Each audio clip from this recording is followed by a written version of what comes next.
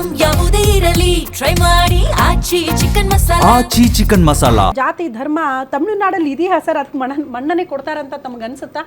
ಅಲ್ಲ, ಇಷ್ಟು ವರ್ಷಗಳ ಜಯಲಲಿತಾ ಅವ್ರು ಯಾವ ಜಾತಿ, MGR ಅವ್ರು ಯಾವ ಜಾತಿ, ಅವ್ರನ್ನೆಲ್ಲ ಗೆಲ್ಲಿಸ್ಲಿಲ್ವಾ ಮತದಾರರು? ಇನ್ಫ್ಯಾಕ್ಟ್ ಈಗ ಗೆದ್ದಿರುವಂತಹ ಅತಿ ದೊಡ್ಡ ಪಕ್ಷ TVK ವಿಜಯ್ ಅವ್ರು ಯಾವ ಜಾತಿ, ಆ ಜಾತಿ ಧರ್ಮ ವರ್ಕೌಟ್ ಆಗಲ್ಲ ಅಂತ ನಾವು ಇಲ್ಲ ಹೇಳ್ತಾ ಇದೀವಿ. ಈ ಬಾರಿ ರಾಷ್ಟ್ರೀಯ ಪಕ್ಷಗಳು ಮತ್ತೆ ಅಲ್ಲಿ ದ್ರಾವಿಡ ಪಕ್ಷಗಳು ಮತ್ತೆ ಈ ಜಾತಿ ಆಧಾರ ರಿಲಿಜಿಯನ್ಸು ಯಾವುದು ಅಲ್ಲಿ ಬಂದಿಲ್ಲ.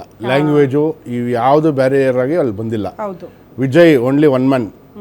He has emerged as a Tamil Nadu single leader and universal Tamil leader. ಆ ಮಟ್ಟಕ್ಕೆ ಬೆಳೆದಿದ್ದಾರೆ. ಯಾಕೆಂದರೆ ಶ್ರೀಲಂಕನ್ ಇಶ್ಯೂದಲ್ಲಿ ಏನು 2010ನಲ್ಲಿ ನಡೀತು, ಅದಾದ ನಂತರ ಅವ್ರು ಜಯಲಲಿತಾ ಅವ್ರು ಸಪೋರ್ಟ್ ಮಾಡಿದ್ದು, ಜಯಲಲಿತಾ ಅವ್ರ ಫ್ಯಾನ್ಸಿಗೆ ಥ್ಯಾಂಕ್ಸ್ ಹೇಳಿದ್ದು, ಅದಾದ ನಂತರ ಜಯಲಲಿತಾ ಅವರು ಒಂದು ತೀರ್ಮಾನ ನಮ್ಮ Tamil Nadu ಅಸೆಂಬ್ಲಿಯಲ್ಲೇ ತೊಗೊತಾರೆ against genocide of Sri Lanka ಅಂತೇಳಿ. ಮತ್ತು ಇಲ್ಲಿ ಎಕನಾಮಿಕಲ್ ಸ್ಯಾಂಕ್ಷನ್ಸನ್ನು ಕಡಿಮೆ ಮಾಡಬೇಕು ಅಂತ ತೀರ್ಮಾನ ತೊಗೋಬೇಕಂತೇಳಿ ಇಂಡಿಯಾಗೆ ಹೇಳ್ತಾರೆ. ಮತ್ತು UN ಕೌನ್ಸಿಲಲ್ಲಿ ಮಾತಾಡಬೇಕಂತಂದರೆ ಆ ವಿಚಾರ ಬಂದಾಗ್ಲೂ ವಿಜಯ್ ಅವರು ಹೋಗ್ಬಿಟ್ಟು ಫಸ್ಟ್ ಅವರಿಗೆ ಥ್ಯಾಂಕ್ಸ್ ಹೇಳ್ತಾರೆ.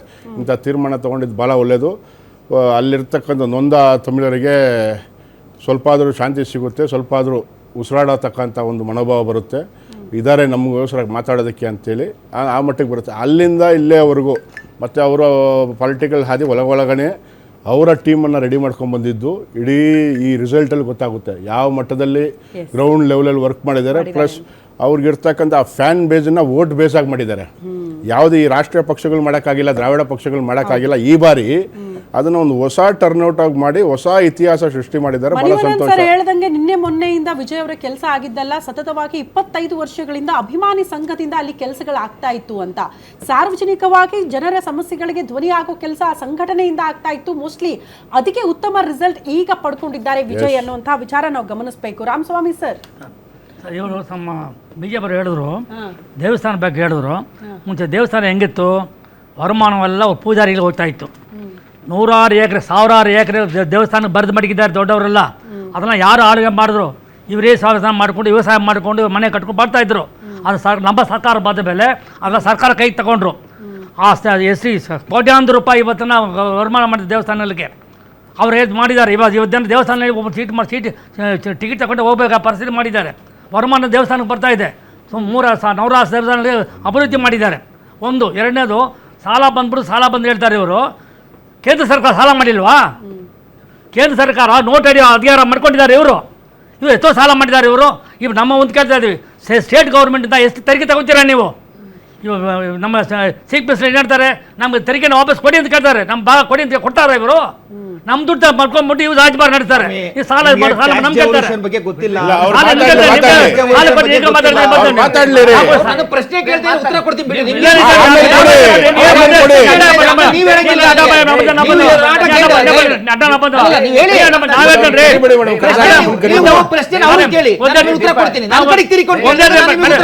ನ್ಯಾಯವಾದ ನಡುತ್ತಾನೆ ಇವರು.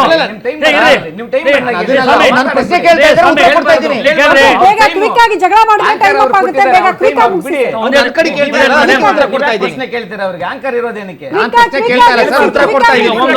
ಕೇಂದ್ರ ಸರ್ಕಾರ ನಮ್ಮ ತೆರಿಗೆ ತಗೋತದೆ. ಕೇಂದ್ರ ಸರ್ಕಾರ ಈ ಭಾಷೆ ವಿಷಯದಲ್ಲಿ ಹಿಂದಿ ಭಾಷೆಗೆ ಎಷ್ಟು ಅಡಂಬಟ್ ಮಾಡಿದ್ದಾರೆ, ಕರ್ನಾಟಕ ಎಷ್ಟು ಮಾಡಿಕೊಟ್ಟಿದ್ದಾರೆ ಹೇಳಿ? ನೀವು ನ್ಯಾಯವಾದಿ ಮಾತಾಡ್ತೀರಾ ನೀವು? ಹಿಂದಿ ಡೆವಲಪ್ಮೆಂಟ್ಗೆ 1000 ಕೋಟಿ ಕೊಡ್ತಾ ಇದ್ದೀರಾ, ಕರ್ನಾಟಕಕ್ಕೆ 200 ಕೋಟಿ ಕೊಡ್ತಾ ಏನ್ ಅರ್ಥ ನ್ಯಾಯ ಇದು? ಇದು ಸಮಾಧಾನ ಇದು? 11 ಕೋಟಿ ಬಿಟ್ಟು ತೀರಾ ಅನ್ಯಾಯ.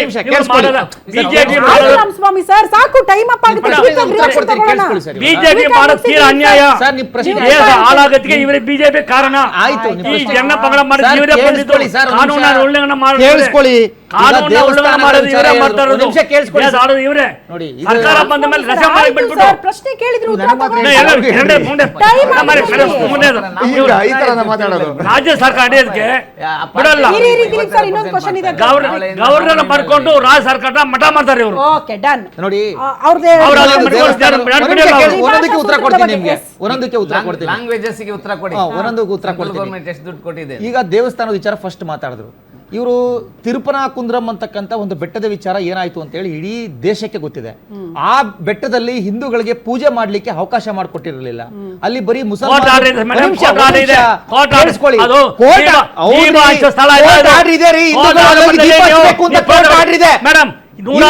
ದೀಪ ಹಚ್ಚಬೇಕು ಅರ್ಜಿ ಕೊಟ್ರಿ, ಸುಪ್ರೀಂ ಕೋರ್ಟ್ ಅರ್ಜಿ ಕೊಟ್ರಿ, ಗೊತ್ತಿದೆ. ಮಸೀದಿ ಸಂಸ್ಕೃತಿ. ಮೇಡಮ್, ಎರಡನೇದು ಟ್ಯಾಕ್ಸ್ ಬಗ್ಗೆ ಮಾತಾಡಿದ್ರು. ಟ್ಯಾಕ್ಸ್ ಡೆವಲ್ಯೂಷನ್ ಫಾರ್ಮುಲಾ ಪಾಪ ಅವರು ಹಿರಿಯರಿಗೆ ಗೊತ್ತಿದೆ ಇಲ್ವೋ ಗೊತ್ತಿಲ್ಲ. ಟ್ಯಾಕ್ಸ್ ಡೆವಲ್ಯೂಷನ್ ಫಾರ್ಮುಲಾ ನಾವೆಲ್ಲ ತೆಗೆದುಕೊಂಡ್ ಬಂದಿರ್ತಕ್ಕಂಥದ್ದು, ಕಾಂಗ್ರೆಸ್ನವ್ರು ತೆಗೆದುಕೊಂಡು ಟ್ಯಾಕ್ಸ್ ಡೆವಲ್ಯೂಷನ್ ತೆರಿಗೆ ಹಂಚಿಕೆ ಅಂತಕ್ಕಂಥದ್ದು ಏನಾದ್ರೂ ದಕ್ಷಿಣ ರಾಜ್ಯಗಳಿಗೆ ಮೋಸ ಆಗಿದ್ರೆ ಅದು ಕಾಂಗ್ರೆಸ್ ಕೊಟ್ಟಂತ ಬುಡವಳಿ. ಯಾಕೆಂದ್ರೆ ಕಾಂಗ್ರೆಸ್ ಟ್ಯಾಕ್ಸ್ ಡೆವಲ್ಯೂಷನ್ ಫಾರ್ಮುಲಾವನ್ನ 2004 ಇಂಟ್ರೊಡ್ಯೂಸ್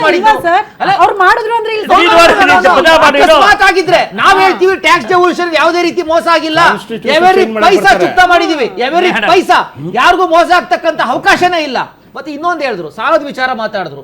ಈಗ ಒಂದು ದೇಶ ಅಥವಾ ಒಂದು ರಾಜ್ಯದಲ್ಲಿ ಯಾವತ್ತೇ ಆಗಲಿ ಸಾಲಗಳು ಅಂತ ಬಂದಾಗ ಮೇಡಮ್, ಸಾಲಗಳು ಮಾಡ್ತಕ್ಕಂಥದ್ದು ಎಲ್ಲ ಸಹಜ. ನಾವು ಸಾಲ ಮಾಡಿದ್ದೀವಿ, 200 ಕೋಟಿ ಸಾಲ, 200 ಲಕ್ಷ ಕೋಟಿ ಸಾಲ ಇದೆ. 200 ಲಕ್ಷ ಕೋಟಿ ಸಾಲದಲ್ಲಿ ಸುಮಾರು 75 ಲಕ್ಷ ಕೋಟಿ 2019, 20, 21 3 ವರ್ಷಗಳ ಕಾಲದಲ್ಲಿ ಮಾಡಿರ್ತಕ್ಕಂಥದ್ದು ಕೊರೋನಾ ಸಂದರ್ಭದಲ್ಲಿ. ಇದೇ ಮನಮೋಹನ್ ಸಿಂಗ್ ಅಧಿಕಾರ ಬಿಡ್ಕೊಂಡು ಕೊಟ್ಟಾಗ ನಮ್ಗೆ 69 ಲಕ್ಷ ಕೋಟಿ ಸಾಲ ಇತ್ತು. ಆಯ್ತು, ನಿಮ್ ಪ್ರಕಾರ 50 ಲಕ್ಷ ಕೋಟಿನೇ ಆಯ್ತು ಸಾಲ ಇತ್ತು. ಆದ್ರೆ 3 ವರ್ಷಗಳ ಕಾಲ ಈ ದೇಶವನ್ನ ಕೊರೋನಾ ಸಂದರ್ಭದಲ್ಲಿ ನಡೆಸಬೇಕಾದಂತಹ ಸಂದರ್ಭ ಬಂದಾಗ, ಲಸಿಕೆ ಉಚಿತವಾಗಿ ಲಸಿಕೆಯನ್ನ ಕೊಡಬೇಕಾದ ಸಂದರ್ಭ ಬಂದಾಗ ಸಾಲ ಆಗಿದೆ. ಆದ್ರೆ ಯಾವುದೇ ಸಾಲ ನಾವು ಮಾಡ್ಬೇಕಾದಾಗ ಅದು ಫೈನಾನ್ಷಿಯಲ್ ಡಿಸಿಪ್ಲಿನ್ ಇರಬೇಕು. ಒಂದು ರಾಜ್ಯ ಸಾಲ ಮಾಡ್ತಾ ಇದೆ ಅಂತ ಅಂದಾಗ ಅದು ರೆವಿನ್ಯೂ ಡಿಫಿಸಿಟ್ ಆಗಬಾರ್ದು, ಬಜೆಟ್ ಅಲ್ಲಿ ಹೋಗ್ಬಿಟ್ಟು ಫಿಸಿಕಲ್ ಡಿಫಿಸಿಟ್ ಆಗಬಾರ್ದು, ಅದು ಯಾವಾಗಲೂ ಸಹ ಸರ್ಪ್ಲಸ್ ಅಲ್ಲಿ ಇರಬೇಕು. ಇವ್ರು ಮಾಡಿರ್ತಕ್ಕಂಥದ್ದೇನು, ಇವರು ಸರ್ಪ್ಲಸ್ ಅಲ್ಲ, ಫಿಸಿಕಲ್ ಡಿಫಿಸಿಟ್ ಇಟ್ಬಿಟ್ರು, ರೆವಿನ್ಯೂ ಡಿಫಿಸಿಟ್ ಇಟ್ಬಿಟ್ರು. ರಾಜ್ಯವನ್ನ ಫೈನಾನ್ಷಿಯಲ್ ಡಿಸಿಪ್ಲಿನ್ ಮಾಡಲೇ ಇಲ್ಲ ಕೊನೆವರೆಗೂ ಸಹ. ಈ ರೀತಿ ತಮಿಳುನಾಡನ್ನ ಫೈನಾನ್ಷಿಯಲ್ ಕ್ರೈಸಿಸ್ ಇಟ್ಬಿಟ್ಟಿದ್ದಾರೆ. ಈಗ ಟಿವಿಗೆ ಬಂದಿದ್ದಾರೆ ಮೇಡಮ್, ಅವ್ರೇನೋ 8 ಗ್ರಾಮ್ ಚಿನ್ನ ಕೊಡ್ತೀವಿ, 3,000 ರೂಪಾಯಿ ದುಡ್ಡು ಕೊಡ್ತೀವಿ ಅಂತೇನು ಭರವಸೆಗಳು ಕೊಟ್ಟಿದ್ದಾರೆ. ಆ ಭರವಸೆಗಳನ್ನ ಕೊಡ್ಲಿಕ್ಕೆ ಇನ್ನೂ ಎಷ್ಟು ಲಕ್ಷ ಕೋಟಿ ಸಾಲ ಮಾಡಬೇಕಾಗುತ್ತೆ ಅಂತಕ್ಕಂಥದ್ದು DMK ಚೆನ್ನಾಗಿ ಗೊತ್ತು. ಯಾಕೆ ಅಂತಂದ್ರೆ ಈಗ ಆಲ್ರೆಡಿ 11 ಲಕ್ಷ ಸಾಲ ಕೋಟಿ ಇದೆ. ಟಿವಿಗೆ ಅಧಿಕಾರ ಮಾಡಬೇಕು, ಮುಖ್ಯಮಂತ್ರಿ ಆಗ್ಬಿಟ್ಟು ಅವ್ರು ಕೊಟ್ಟಿರ್ತಕ್ಕಂಥ ಭರವಸೆಗಳನ್ನ ಈಡೇರಿಸಲಿಕ್ಕೆ ಸಾಲ ಮಾಡಲೇಬೇಕು. ಚೆನ್ನಾಗಿ ಹೇಳ್ತಾ ಇದ್ದಾರೆ. 1.5 ವರ್ಷ ನಾವು ಕಾಯ್ತೀವಿ ಅಂತ ಹೇಳ್ತಾ ಇದ್ದಾರೆ. ಈಗ ಅವ್ರು ವಕ್ತಾರರು ಹೇಳಿದ್ರು ಏನು, ನಾವು ಟ್ಯಾಕ್ಸ್ ಕಲೆಕ್ಷನ್, ಈಗ GST ಇಂಟ್ರೊಡ್ಯೂಸ್ ಮಾಡಿದ ಕಾಂಗ್ರೆಸ್ ಮನಮೋಹನ್ ಸಿಂಗ್ ಅವರು. ಆವಾಗ ಜ್ಞಾಪಕ ಇರಲಿ, ಒಂದ್ಸತಿ ರಿಹರ್ಸಲ್ ಮಾಡ್ಕೊಳ್ಳಿ. ಆ GST ನ ಈ ದೇಶದ ಮೊದಲನೇ ಮುಖ್ಯಮಂತ್ರಿ ವಿರೋಧ ಮಾಡಿದ್ದು ಯಾರು? ಗುಜರಾತ್ ಮುಖ್ಯಮಂತ್ರಿ ಆಗಿದ್ದ ನರೇಂದ್ರ ಮೋದಿ ಅವರು ವಿರೋಧ ಮಾಡಿದ್ರು. ಈಗ ಅವ್ರು ಪ್ರಧಾನಿ ಆದ್ರಲ್ಲ, ಸರಿ ಇಲ್ವಲ್ಲ ಟ್ಯಾಕ್ಸ್ ಕಾಂಗ್ರೆಸ್ ತಂದಿರೋದು? ಯಾಕೆ GST ಬಿಸಾಕ್ಬಿಟ್ಟು ನೀವೇನೋ ಹೊಸ ತರೋದು? ಒಂದು ಲಾಸ್ಟ್ ಮಂತ್ ನೋಡಿ GST 2,40,000 ಕೋಟಿ GST ಬಂದಿದೆ ಲಾಸ್ಟ್ ಮಂತ್. ಒಂದು ತಿಂಗಳಿಗೆ 2.5 ಲಕ್ಷ ಬರಂತ ಸೋರ್ಸಸ್ ನ ಮಾಡ್ಕೊಟ್ರು ಮನಮೋಹನ್ ಸಿಂಗ್ ಅವ್ರನ್ನ. ಇವತ್ತು ಅಧಿಕಾರದಲ್ಲಿ ಕುತ್ಕೊಂಡು ಎಂಜಾಯ್ ಮಾಡ್ತಾ ಇರೋ ಬಿಜೆಪಿ ಚೆಕ್ ಮಾಡ್ರಿ,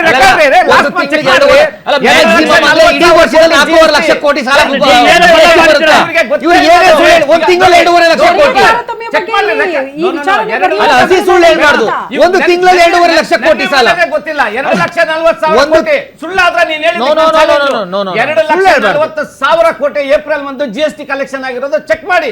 ಇಲ್ಲ ಅಂದ್ರೆ ನೀವು ಹೇಳಿದ್ಕೆ ನಾನು ಒಪ್ಕೊಂತೀನಿ. ಎಂಜಾಯ್ ಮಾಡ್ತಾ ಇದ್ದಾರೆ ಆ ಕಾಂಗ್ರೆಸ್ ಸರ್ಕಾರ ತಂದು.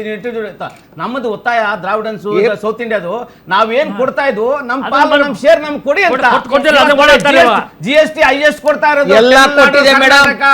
ಪೈಸಾ ಚುಕ್ತ ಮಾಡಿದೆ. ದುಡ್ಡು ಕೊಡಕ್ಕಾಗಲ್ಲ, ಡಾಕ್ಯುಮೆಂಟೇಶನ್ ಕೊಡಬೇಕು. ಡಾಕ್ಯುಮೆಂಟೇಶನ್ ಕೊಡಿ, ಎವರಿ ಪೈಸಾ ಚುಕ್ತ ಮಾಡ್ತೀವಿ ಅಂತ. ಡಾಕ್ಯುಮೆಂಟೇಶನ್ ಕೊಡಲ್ಲ, ದುಡ್ಡು ಕೊಡಿ. ಒಂದು ಸೆಕೆಂಡ್ ಎನಿವೇ ಸರ್, ನಿಮ್ಮ ನಂಬ್ಕೊಂಡು ಟಿವಿಗೆ ಪಕ್ಷದವ್ರು ಬಂದಿದ್ದಾರೆ, ಅವ್ರಿಗೆ ಗವರ್ನರ್